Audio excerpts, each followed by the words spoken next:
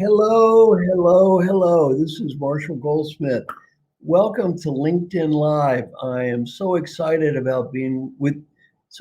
be with you today. And we have a wonderful guest, a very practical show. I think you're going to find stuff you can take back home and use. I'll briefly introduce myself. Then we will begin. My name is Marshall. I'm from a small town called Valley Station, Kentucky. Went to school in Indiana, got a PhD at UCLA. Was a college professor and dean, and I travel around the world doing three things. One, giving talks or teaching classes. Two, coaching executives. I've had the privilege of coaching a lot of the top leaders around the world. And three, writing books and articles. And I've done 3 big New York Times bestsellers. So life is good. Life is good. And I've got a program called 100 Coaches, which I love. In this program, which was inspired by my friend Aisha Bursell, I decided to just adopt people, teach them all they know for free. And the only price is when they get old, they get to do the same thing. I thought maybe 15 people would get adopted, 100 would apply. 18,000 people have applied for adoption. I've adopted now a couple of hundred people. And if you go to just put 100, the number of space coaches in Google, you'll see who they are. Just amazing, amazing, amazing human beings. And some of the top CEOs, thinkers, all kinds of people, from athletes, Chris Cuomo, the CNN guy, just amazing human beings. And I've got a couple of them with me today. First is my comrade, Sanyin Siang. Now, you see, I used to be at #1 coach in the world back in the old days, but now I'm in the Hall of Fame. The Hall of Fame, that's where they put old people. And the new Thinkers 50 #1 leadership coach in the whole world is my good buddy, Sanyin. Sanyin, take a second, introduce yourself, and we're going to get rolling. Hi, everyone. I'm Sanyin Siang, and as the world's #1 coach, I work with leaders and their organizations to eliminate blind spots, build more cohesive teams so that they can thrive throughout uncertainty. And I work with CEOs, board directors, sports industry executives, and I am also the executive director of Duke University's Coach K Center on Leadership and Ethics at its Fuqua School of Business. And I'm also a mom. So before we jump into today's show, very important, we have, if you have questions, please type them into comments because we will get to your questions later on in the show. And also, as you're listening to the show and you hear something that you like, click on the like button, click on the love button. So if Marshall bursts into song and you love it, click that like button. Actually, if he bursts into song and you don't like it, also give us a reaction, click on this button, whatever that button is, because he needs that feedback too. No. Back to you, Marshall. No, I don't like that. Just click the love button. I don't want any negative reviews. So just clicking the love button is better. Given you don't like it, click on the love button. That's it. Love. All love. Love is good. Love. All you need is love. Bop, bop, bop, bop, bop. Just click that love button. Love is better. Now, speaking of love, we got somebody. We have somebody I love on today's show. My friend, Dr. Frank Wagner. Frank is a wonderful human being. I've known him since we were kids, and 22, 3 years old, however long ago. We've known each other almost 50 years. Frank is a wonderful friend. We both have PhDs from UCLA at the same time. Um, by the way, Beverly Kay, one of the top career thinkers in the world, was there. David Ulrich, top HR people in the world. And by the way, none of us were considered most likely to succeed. So we all overachieved the low expectations the school had for all of us. So anyway, so Frank is a wonderful, wonderful guy. He's been ranked the #1 coach trainer in the whole world. He's trained thousands of people on how to be coaches. He's a great coach in and of himself, and just a great human being. So Frank, welcome. Thank you for joining us today. So Sanyin, let's hear it for Frank. Yay. Well, thank you. And when you're talking about the love button, can the one of the co-presenters hit the love button? Because I love both these people on both sides of me. And as Marshall said, it is funny, Marshall, you're pretty accurate. I mean, I specifically figured out, given when I met you and when your birthday is, that you were 23 when we met. And so, yeah, it's been a long time. And thank you so much, the two of you, for inviting me on this show.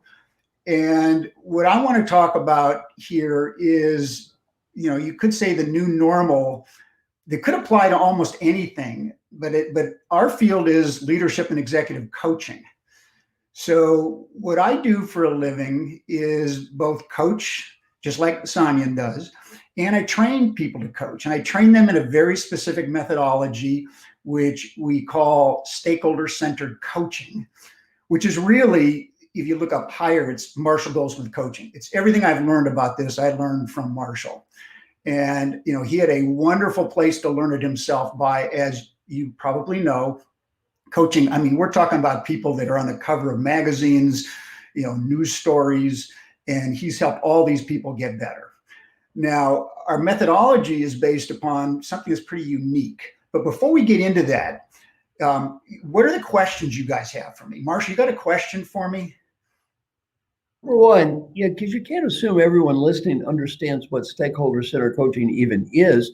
So just take 3 or 4 minutes, give us an overview of what is stakeholder-centered coaching.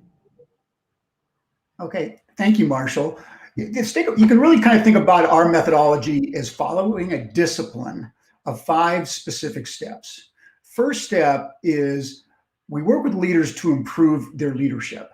So they pick an area to improve, something that's meaningful to them and useful to them to become better. Now, once they pick this goal, the next thing is, which is unique in our methodology, is they determine who are the relevant key stakeholders. These are people that are interdependent with this leader, are affected by the leader's behavior, and work closely enough with the leader that they can pay attention and help this leader improve. And then finally, before we really get started, the leader meets with her or his manager to just make sure that they've got the right goal and the right set of stakeholders. That's step 1. Step 2, which is the natural next part of this, is stakeholders have to know they're going to be a stakeholder. So they have to be enrolled, enlisted, recruited. And this is, again, then becomes a unique thing. To be a stakeholder, you're told what the leader's goal is. So the leader is going public. They're being vulnerable about wanting to get better in something.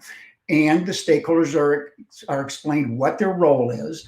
And the very first thing they're asked to do is to send 2 suggestions to the leader on how to achieve their goal, which leads naturally to our third step. And our third step is called action planning, which is pretty general in our field, or probably in anything. You got to build a plan if you're going to achieve something. Ours is stakeholder-centered planning. And it's built upon the input that is given by those stakeholders at the very beginning of the engagement. Then the plan itself gets sent to the stakeholders. So stakeholders know what the leader is working on and the steps they're going to take to get better. And this is largely built upon what they've suggested, or Marshall invented in our field, feed forward on how to get better. Then the 4th step is really, this is the magic formula that Marshall discovered, is there's one thing that leads to successful improvement in anything. It's called follow-up. So our coaching is we help the leader with the discipline of checking in with their stakeholders, following up in a certain way. There's a right way and not a right way to follow up. Listen to what's being heard, saying thank you, reflecting upon it, and then changing their behavior and improving. And then the final step, which is again another innovation that Marshall brought to our field, which is measuring results. We actually want to know, did the leader improve in the eyes of these stakeholders that are involved in the middle of the process? So that's stakeholder-centered coaching. Very good. Sanyin, do you have a good question for Frank? Well, Frank, I was so thrilled to learn that your program, Stakeholder Center Coaching, was named the #1 coaching development program by Global Gurus. And by the way, I'm a stakeholder coaching certified coach. So, and I've used it to success of my clients. So thank you, thank you, thank you. Why do you think that you were named the #1 program? Can you tell us more about that? Well, first of all, when I say something about this, and I'm remiss I didn't do this before, is, when Marshall introduced me as a kind of #1 coach trainer, that's not a solo award.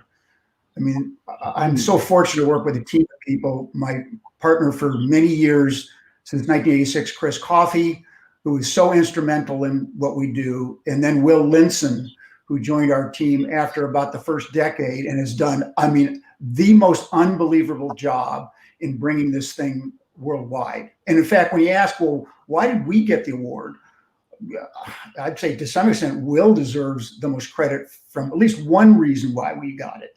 And that is, we are the #1 network of coaches around the world in terms of both size and in terms of, measurement of success. So, we have coaches in so many countries speaking so many languages. We have over 3,000 of them.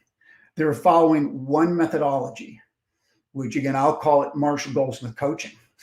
And we measure those results. Remember, that last step of our methodology, stakeholder-centered coaching, is we don't get to determine whether a leader improves. The leader doesn't get to determine whether the leader improves. It's an anonymous online survey conducted at choice points about whether or not a leader has improved. And I think, obviously, since we have measured success and we're the #1 coach network in terms of size and spread, that's obviously, I would assume, one of the reasons. Now, I don't know why we were picked. So I'm just doing my educated guess.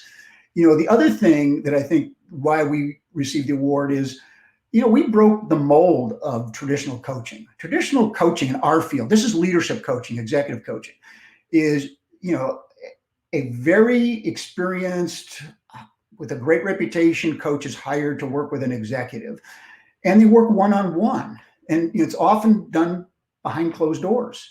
Well, our methodology is vastly different. It changed the game. Our methodology is a systems approach, involving many, many people in the system, and it's a form of team coaching. So this adds much more value than just this one-on-one coaching. And part of that too, I think, is because, you put the coaching where it really belongs, out in the workplace. And that's where the value gets added, not by, some external resource going in to do this. Marshall wrote an article many years ago, I think it was 2006, if my memory is correct, called "It's Not About the Coach," right? It's all about the leader and the leader's interactions with their stakeholders. So, and then again, I've also mentioned, I guess I'll just give you one more reason for that, and that is that we actually measure results. It's evidence-based, what we do. So I think those are probably some of the reasons why we received this wonderful recognition. Who uses stakeholder-centered coaching all the time, the one key insight I have in, why it's been so successful is that it's not just enough to change behaviors. We also have to change perception, and follow up and engagement of others' ownership in changing that perception is key. Now, so Frank, we are all dealing with COVID right now. Businesses are dealing with COVID. Why does coaching matter more than ever? And then what does that look like in the next normal? What are your thoughts on that? It's interesting. And Sanyin, yes, thank you also for pointing out that's one of the things we're proud of is, see, we don't just get involved in a leader changing and improving. It's the system changes and everyone involved changes. It's hard to change behavior. I think in an earlier broadcast that Marshall had with Dr. Jim Kim, Dr. Kim mentioned something that was beat into his brain, that everything that we do with is simple yet not easy. And I think he said something like, it's not easy, this part that scares people. So, let's be real. This stuff is hard to change behavior, but it's equally hard to change people's perception in terms of this. Now, with COVID-19, you're absolutely right.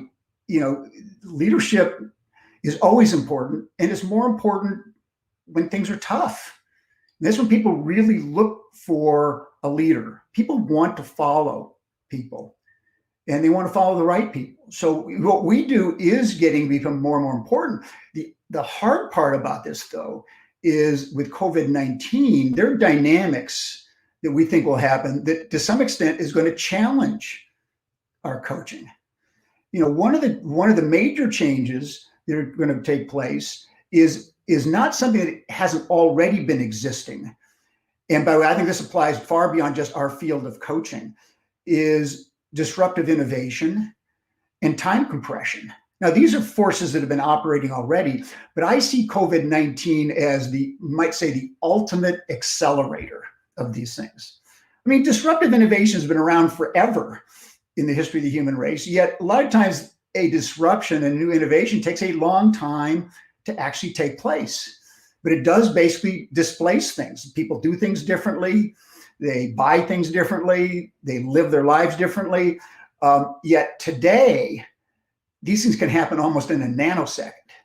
And in the coaching world, as an example, technology, digital coaching has already gotten a huge foothold. And our belief is that's going to change. In fact, David Peterson, one of Marshall's first 25 at Google, he's great at saying, beware, artificial intelligence. Who knows what the future is going to bring? Now, I personally see technology and disruptive innovation in our field as both a benefit and you might almost say a curse to us. Now, and that's because of time compression. Now, time compression has two parts to it. One part is exactly what I've already mentioned, speed at which things happen. Things are just happening so much quicker today. Let's just look at how quickly the global economy, just has sunk in terms of this thing. 6 months ago, nobody would have predicted this thing that's happening. Speed is amazingly fast. So you've got to be, we all know this about being agile and, and all these kinds of things. Now, but the other part of time compression, which this isn't a human experience, is all of us are being asked to do more things in less time. And so here's the thing, coaching traditionally has taken time. And even though it's, as you said, Sanyin, it's, I think, increasingly important, what people can say, I don't have the time to coach, right? If you're a leader, I don't have the time to hire a coach if I got this. So yes, and that's where technology, I think, is a gift to us, is it allows us to get things done, take away all the tasks that take time, but can be handled through technology. So we can do what's really important. And that's why when you look at coaching, any coach brings two things to the process. They have a game plan. They have a methodology that they use. And ours is just one of many. And I don't want to say ours is the best. I don't know all the other coaching methodologies. I just know I love our methodology in terms of the way I operate. Mm-hmm. But the other thing, they have to bring some content expertise. And I'll give you an example. When Marshall and I first went into the coaching world, it really wasn't coaching that we were doing. We were doing leadership development and training. And we had a wonderful, wonderful guru named Paul Hersey. And he had a methodology called situational leadership. So I remember as an early young guy in my 20s, going around to IBM, walking into a room with everyone that looked like my father and teaching something called situational leadership. So I was a trainer, not a coach. And I will say in 2020, I still use situational leadership in my work. So that's the thing that as a coach, you got to be aware of is what am I bringing that adds value in terms of content expertise and in terms of a methodology? Frank, very, very good points. One of our good buddies is Magda Mook. Magda is the head of ICF. And she had a really good conversation with me about ICF recently. And one thing I love about some of the changes she's initiated in ICF is really much more an openness to different methodologies. They used to have this philosophy of you never give advice to the leader. Well, that's no longer the case. Really openness to different methodologies. And a lot of great ICF people who are trained in kind of different ways to do different things today, which is a whole different level of openness that really wasn't there, I think, 20 years ago and is today. I think she's done a great job of leading ICF as well. Another comment is you mentioned several things about the coaching process. If anyone would like articles about the stakeholder-centered leadership coaching process or leadership as a contact sport that Frank mentioned, just send me an email. I'll be happy to send you the articles. My email address is Marshall, M-A-R-S-H-A-L-L @marshallgoldsmith.com. Now, Sanyin, my wonderful friend Sanyin, who's also my memory. Sanyin, you brought up the idea of let's get any good questions from the chat group. So any questions there, Justin or Brent? Yeah, hey, this is Justin here from the Methods Network team. We have a couple questions. And speaking of the process of the coaching process, Frank, there's a couple questions here for you that have been coming in. One comes from Vuyo Halimana. She's an L&D in Maidenhead, England. And Vuyo says, are the stakeholders always going to be internal to the organization, or could they be external stakeholders as well? Well, yeah, that's a great question. See, whenever a person picks a goal, that really drives who should be a stakeholder. Now, I will say most of the time, most of the stakeholders are internal. But also when you say internal, they're internal, they're all getting a paycheck from the same organization. It doesn't mean they are on the same team.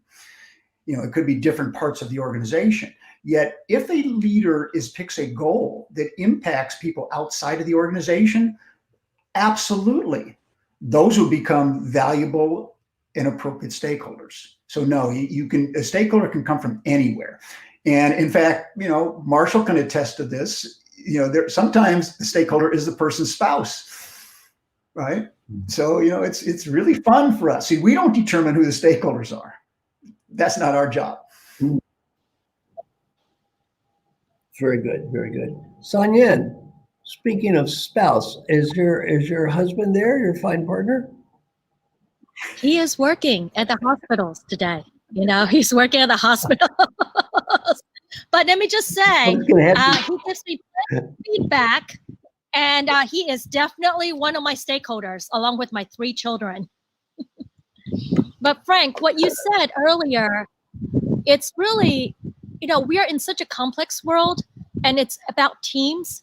It's no longer just about the individual leader. We also have to shift the system. And I think if there's one key takeaway for the listeners today is we're now operating as teams. We don't do this alone. We have to shift also the system, and we start with the behavior of the leader. And Frank, the Business Roundtable just made a statement that said the role of the corporation today is not just to make profit. The role of the corporation is to benefit key stakeholders. Our good friend Hubert Joly, one of the graduates of your program, he is the vice chairman of the Business Roundtable. Former CEO of Best Buy, has been on our show before. And so Alan Mulally was on the Business Roundtable for years, was CEO of Ford, great guy. So this is the future. And the Business Roundtable is the top CEOs in the world have said, you are now there, not just to make short-term profit. You're there to benefit a variety of key stakeholders. And our friend Alan Mulally is probably the best practitioner of stakeholder-centered leadership I've ever seen in my life. And so, he's just a great person. I think we have time for one more question.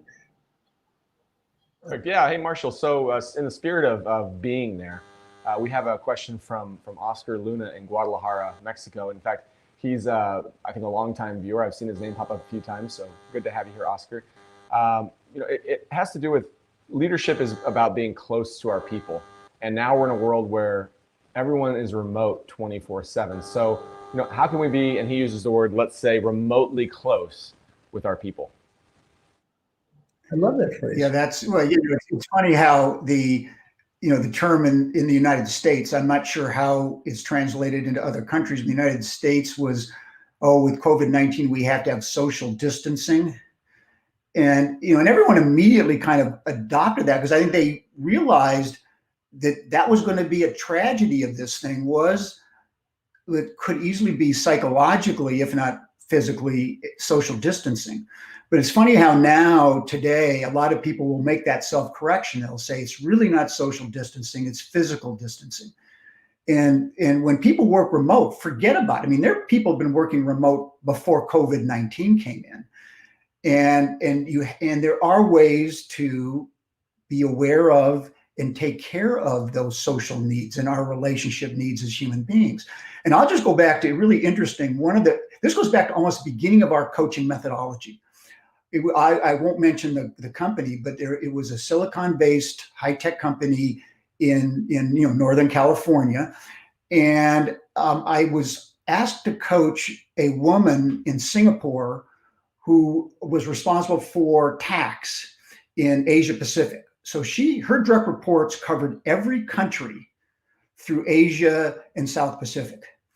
And I was going to coach her using our Stakeholder Center coaching. And the goal she picked was improving her teamwork of her team. And she had already had a team meeting schedule where they're all going to fly somewhere. I forget where they're going to fly. And you know what happened? The semiconductor industry went into a downturn and all travel was canceled. So she had to basically not see her people face to face for a whole year that I coached her.